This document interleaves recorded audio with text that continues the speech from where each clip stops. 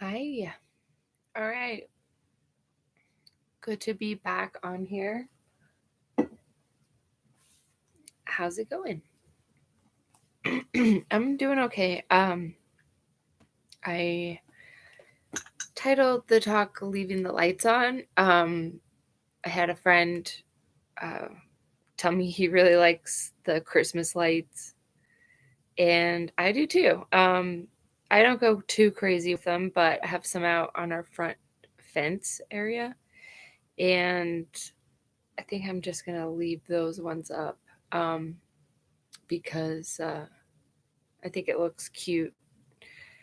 Um, and we still got these dark days of winter. So while I can, I'm gonna leave some of the lights on. Um, it's not the best, but you know, while we can, I want to do a little celebrating, a little extra, because I'm just still feeling so much gratitude despite challenges. Um, this weather has been really bad for work because you're either completely snowed out and can't work at all, or it's really hard, even just to go out for a few hours. So you're still not making that much money. Or it looks like this coming week, I'm going to be super, super busy. So I'm just trying to talk myself up and keep myself positive. Despite the challenges. That's really my struggle right now. Um, but one thing that always helps me to keep myself in check is just thinking about uh, how much harder things could be. Um, and I have a couple of books um, that I've been able to reflect upon. Welcome to Hard Times. Um, this was first published in 1960. It's a western, and um, they're talking about uh, the Dakota Territory prior to statehood. Um, it is a really beautiful story. I read it in just a few days. It's a book I've had on the shelf for a long time, and that's one of my resolutions for the year is just reading my books. And I've always loved historical fiction to give context to you know just another time, the politics. This is a book I was just able to acquire from my mom, um, about um, the time in Turkey and the Armenian genocide. That's a book that my grandfather gave my mom um, back in Christmas of 1990. So apparently, he gave the book to his kids. My cousin texted me on Christmas um, a picture of the inscription from our grandfather to his dad. So I asked my mom if she had it as well, and she did, and she let me borrow it, which is awesome. Hi, CJ. Thanks for being here. Nice to talk to you earlier. Um, I,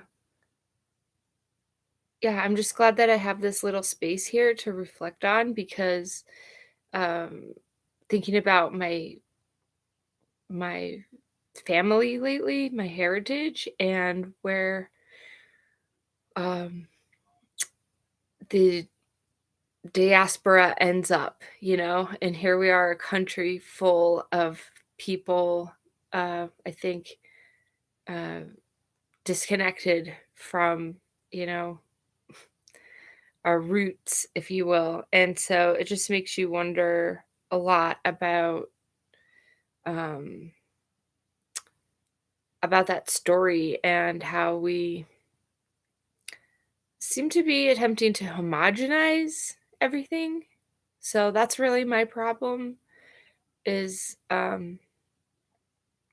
yeah, the homogenization of history and like the loss of history. And last night, uh after I was done with work, I went to my mom's and I hung out with my aunt who has it's a general term. It may not apply uh exactly, but my aunt basically has cerebral palsy. And so I hung out with my aunt for a while yesterday evening while my mom and stepdad attended a talk um, that they had signed up to go to.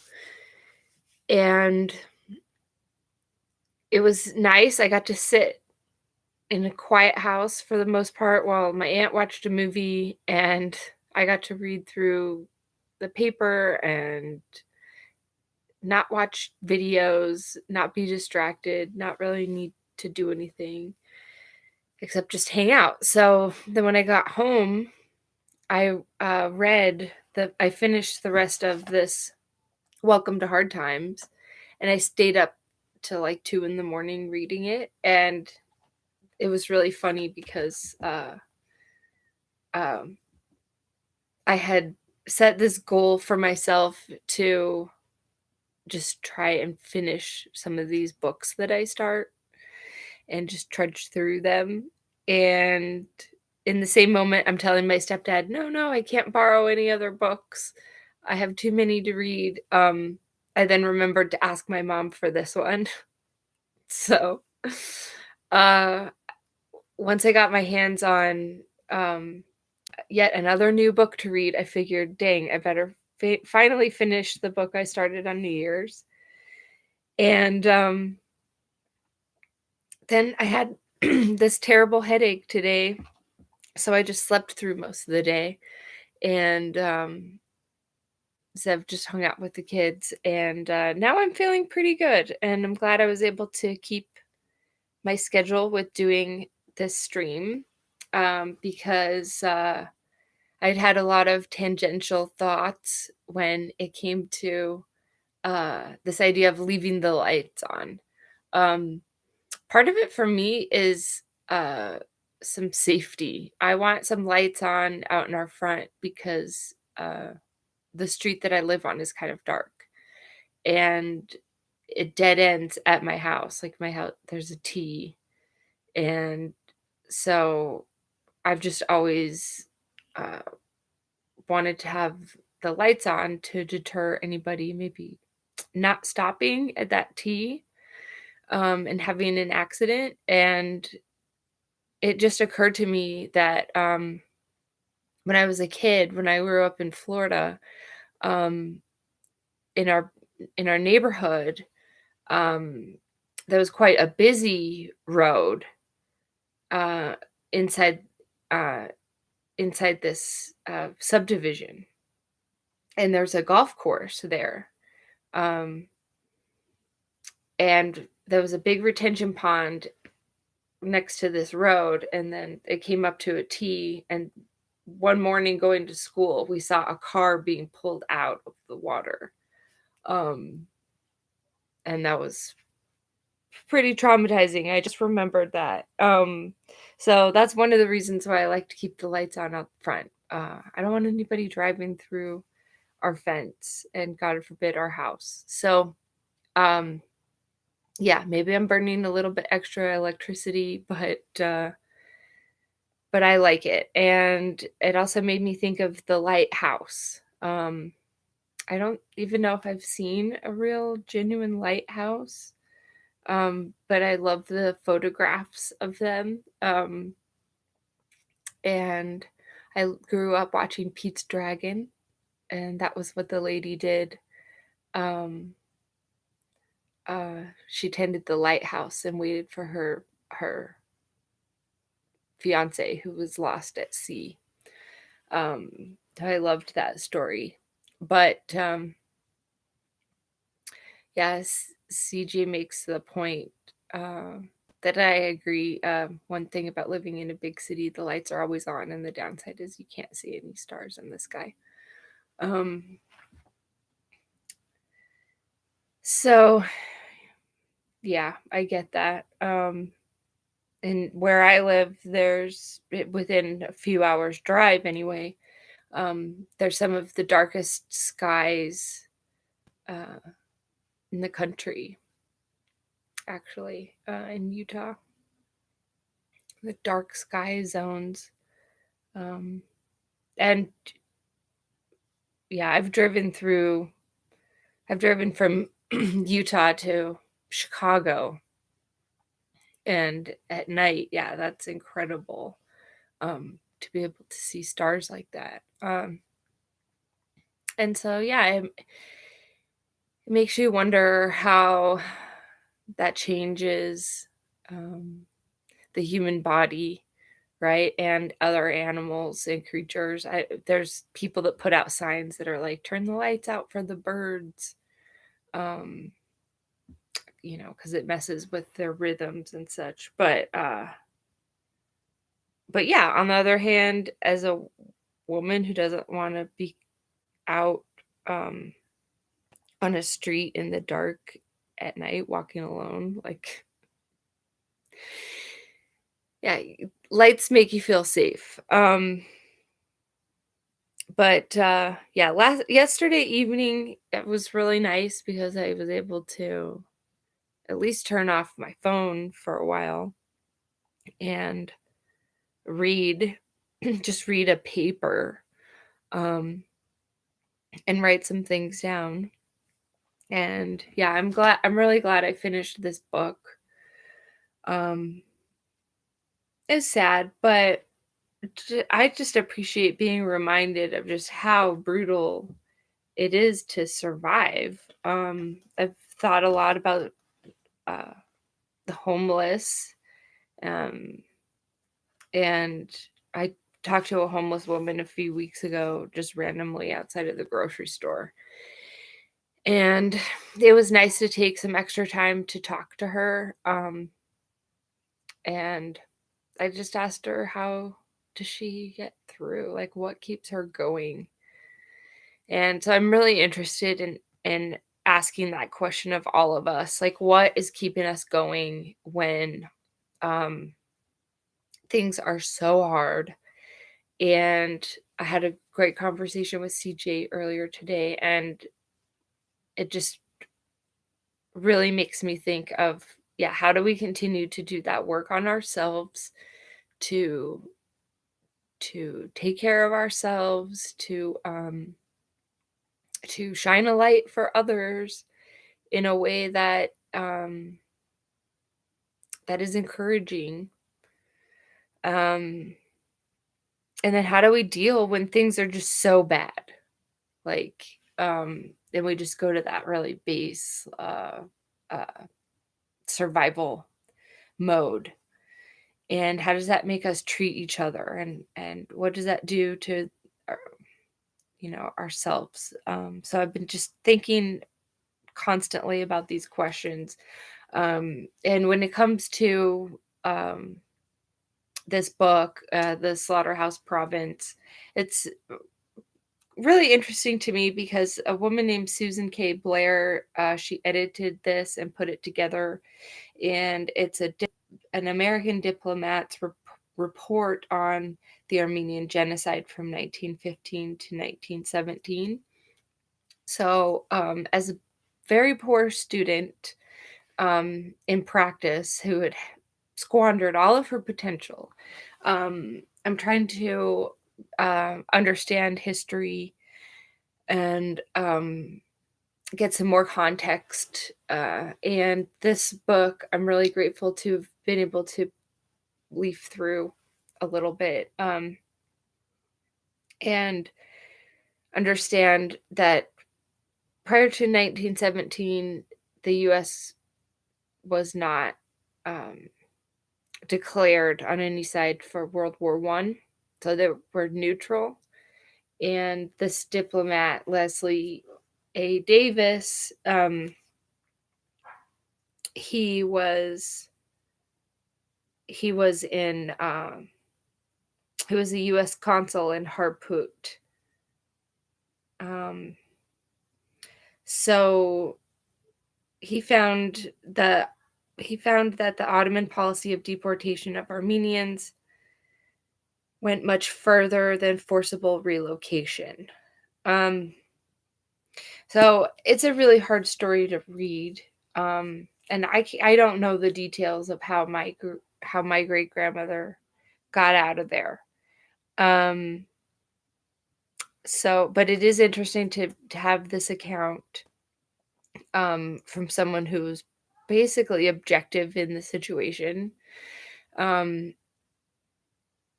and yeah, we're all gonna have bias, and that's what I'm working on personally, is examining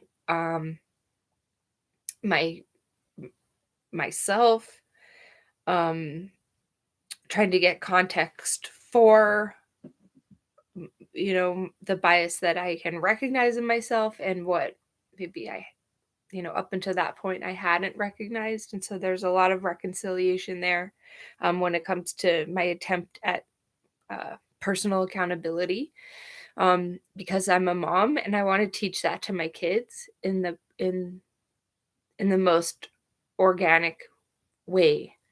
And I feel that it's really a tragedy um, in the sense of like the current propaganda narratives, because if you take the position that I've come to, that each generation is served its version of the propaganda for that time. And so, of course, that's going to be divisive, because you're going to have these generations trying to live together, but we've all been programmed in slightly different ways. And so maybe this is dividing families. Maybe this is kind of a contrived, created polarity, And I think that is a big part of the underlying story of something like the Armenian genocide, where, as far as I'm come to understand, there were influences from Russia, from the Bolsheviks, um, infiltrating Armenians, convincing them that they would have their own place to be, convincing them to take up arms against the Ottomans and other Armenians that wouldn't conform. And then you have narratives about um, the other influences that were coming in to disrupt the Ottoman Empire and to break it up. And you have people being told to convert to from Christianity to Muslim, um, in order to survive. And so there's so many complexities that I can't begin to know really the truth about it, but I can make attempts to have some understanding for just the fact that it's very complex, and not to subscribe to one hard line truth, that it's going to be a little more muddled, and I can be okay with that. It's like the people that are trying to detail like all the stuff, and they're really good at that, and yet it's so overwhelming, and it comes off as so alarming. Like, they're screaming and shouting about everything and criticizing everything that's going on, and yet does that action, it's like the boy who cried wolf. Like, to, do we just do humans just need to take a different approach in order to be able to come to understanding of truth? I don't know. These are just things I'm really trying to wrap my head around, because it's so complicated, and yet there are just the simple things in life that you come to appreciate when, like, you read the Hard Times Dakota Territory town that was destroyed. or um, the city, the small village Yarasar, located in central Turkey between Sivas and Harput, which doesn't exist anymore. That's one thing I appreciate about this book is it has some maps. So this is a map. Hi, Thomas. This is a map that is after 1915 of the Harput area, drawn in 1938. And this map has changed a lot now because they've dammed up the Euphrates, and that's created lakes where there was dry land. So this is a French map of the Harput area from 1897, and I can't begin to decipher all these little names. So perhaps my great grandmother's village is named on that map, but it is interesting to have some context for just the changes to the land itself and the diaspora, how we're taken away from our homelands for whatever the reasons. Big political, religious wars, in the United States, the Manifest Destiny and heading west, and everybody banking on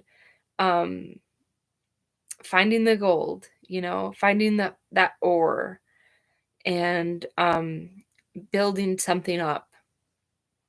And there's just something that continues to drive us to take these huge risks, and to do these crazy things, these crazy hard things. So yeah, I'm glad that I have Thomas and CJ here watching. I really appreciate you guys. You've both helped me a lot in just coming to this place and being able to reflect and speak my mind. So I look forward to having some more conversations in 2023 with some friends. We might do it kind of anonymous style so that we can give people some space to talk about some really like awkward, difficult social things. And yeah, I mean, I myself, I don't know hardly anything about the histories and the conversations that I'm trying to talk about. And so I'm putting myself in a vulnerable position, but we realize now we've always been vulnerable. And, we put on these facades, these masks of personality just to get along. And I understand the kind of the need for that, like in terms of development. And so yeah, I'm just glad I get to talk about these weird ideas. I feel like it's such a unique time because our ancestors may not have had access to just so many different perspectives, so many different points of view. Like they only had the word of whomever was riding through town, perhaps, or walking through town and sharing what they'd heard from the village over. And then how can that person's word be trusted? And that's something I've discovered from Leslie Davis's account, is that there were people in villages being told that they didn't have to evacuate, no worries, everything's fine. And then somebody was coming through the villages and just slaughtering people. So it's not like we can look through a crystal ball and see exactly what happened. But when we gather all of these different things, we can come to understand, like the past is prologue. The there's always been, um, infiltrations of political movements and propaganda, and um, I don't believe there's just one superpower that's controlling all of us. I think there are a few strong hands that are having their own battles against each other, and we're kind of, um, just pawns in those games. And so, um, in a way, I can understand that they are just practicing self-preservation. And so, yeah, I'm just trying to reconcile uh, with what's my place here. And I think our place is this community of uh, just the few, um, which, even if anonymously, uh, w- behind some pseudonyms, maybe behind jokes and cartoons and caricatures, um, yeah, maybe we do tell some of these hard to navigate stories in new ways. So, yeah, you guys have helped me a lot with, just continuing to think and continuing to be inspired, and um, understanding when I need to rest and take care of myself, and yeah, when I need to get to work and work really hard. So, thanks for listening to me ramble. Um, yeah, sadly, these books are not these are not uplifting per se. Uh, Although it is good context, for me to remember that, oh my gosh, it could be so much worse in general. And isn't that humbling, because it seems so bad. But that's the one thing I really appreciate about Seb's on Doom's Dungeon channel, is she is a refugee herself. I don't know if that's even fair to say, but um, uh, I presume it is, because she's from Eritrea. Um, and so just these conflicted countries, these people fleeing uh, their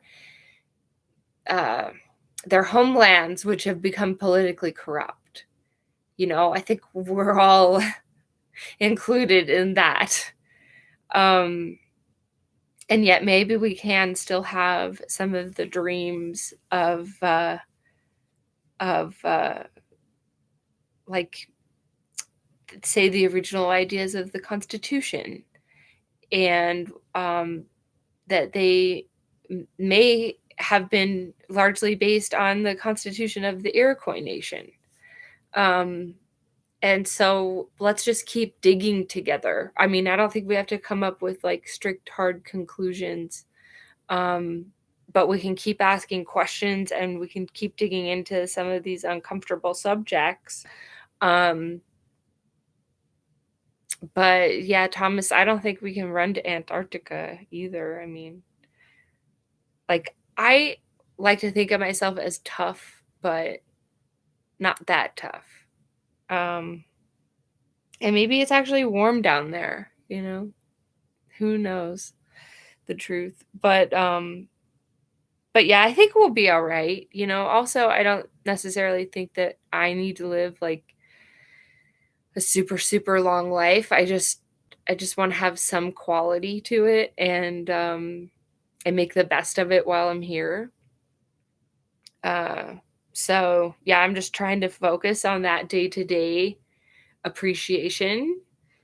'cause, like, I hate to live 90 years and have just been picking everything apart and hating on everything and being miserable, right? Um, and yet I don't wanna be deluded and just think everything is unicorns and rainbows and stuff.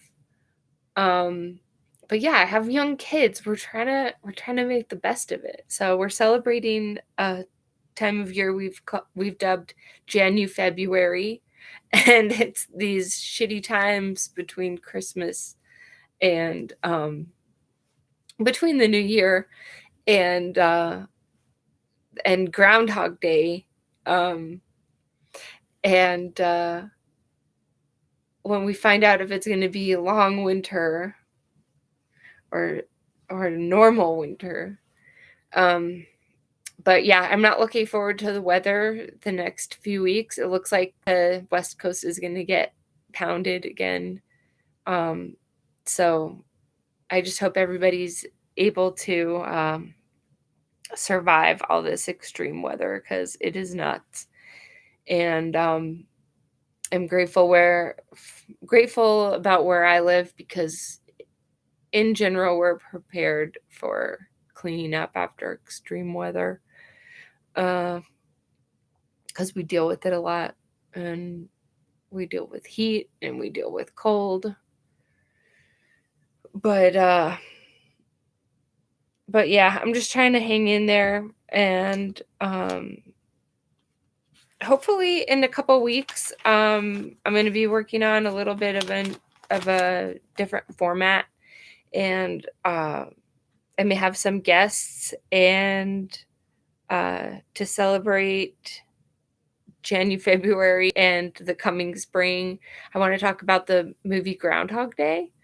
Um, and so if you'll watch the movie Groundhog Day again sometime in the next couple weeks, if you can, if you care, we're going to be talking a little bit about that. And I mean, I'm sure it's superstition and everything, but it's also in bulk, and the time right between the winter and spring. So I think historically that's really where the why that date is important, at least to the Celtic. Uh,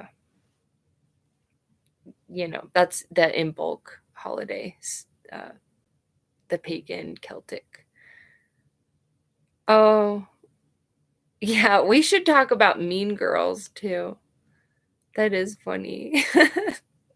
Last night I was watching Hallmark movies with my aunt, and I was cracking up because over the summer I was doing some jobs, and they were filming a Christmas movie in August on this cul-de-sac, and then that movie came on, and I immediately recognized uh, where they'd been filming it, and it just cracked me up because in my mind I had been hoping to see that movie and at least to pick out the stuff that was recognizable, and it just popped on so at my mom's house, so that was hilarious. But yeah, I have taken a lot of motivation from Professor Hamamoto. I just think he's funny and snarky, and he digs into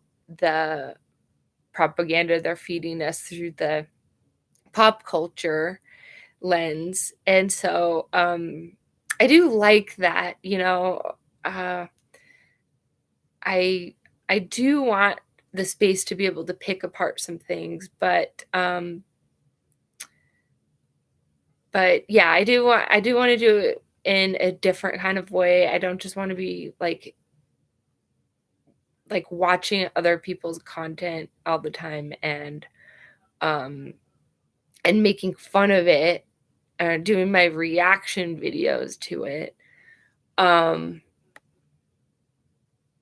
but that can be useful when it gives you a better frame uh, for how you might want to reframe your thinking or whatnot. So um, I've been really interested in going through some of the Professor Hamamoto approach to the cultural forensics and picking that stuff out of books and TV shows and movies. And so I've been rewatching the X-Files series because I always was a geek about.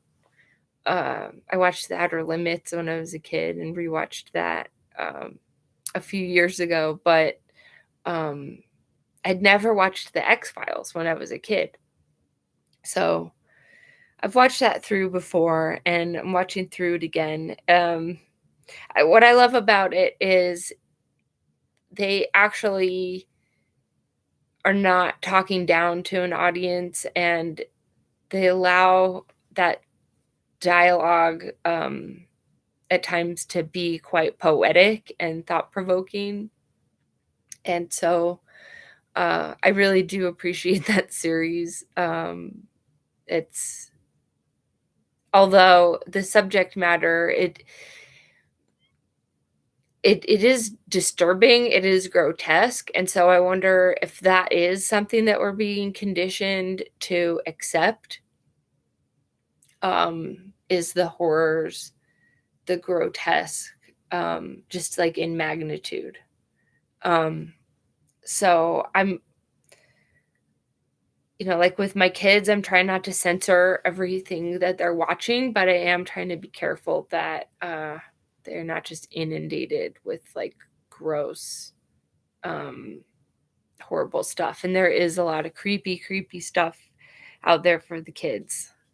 So I'm trying to watch more of the stuff that they're watching, and it's really disturbing, but, at least we can have conversations about it, um, and I'm just trying to avoid doing the strict censorship approach because I really disagree with that. It's just that, uh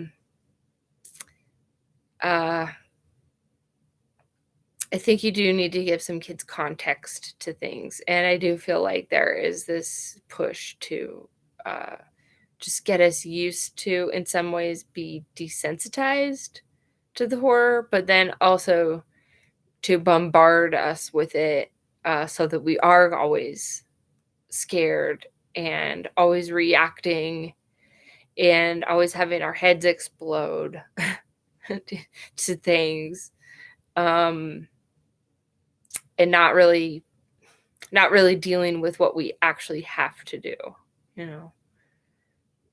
So, yeah, Jerry Springer and My Babysitter's House. Yeah, I mean, I watched all that stuff too, 'cause I was a pretty old kid. I was, like, 13, and my mom would still have a babysitter come over because of my younger siblings. That was to avoid me being the one in charge. So I'd have babysitters that were, like, 2 or 3 years older than me, and they would let me watch some really bad stuff, or I would sneak out, um, after I was supposed to be in bed, and I would, like, try and watch, whatever they were watching on cable, but, yeah, like, when we were growing up in the '90s, it was all about, like there was lots of shows like that, even, Ricki Lake and, Geraldo or whatever, there were some there were so many. I mean, Jerry Springer was, like, the most raucous and everything like that, but all those shows, all those, afternoon, um, audience panel talk shows, they all had that, like, violence, like, people fighting over paternity tests and, people cheating, and that was that was just, like, the worst. I think then it more evolved into this court TV, true crime stuff. But, but yeah, I don't wanna get into all that schmutz, not too much anyways. So anyway, we'll see where this goes, but I'm just grateful to have have some friends in the new year. So thanks, Thomas. Thanks, CJ. Everyone else maybe watching this later. Have a great night, and we'll talk soon. Bye.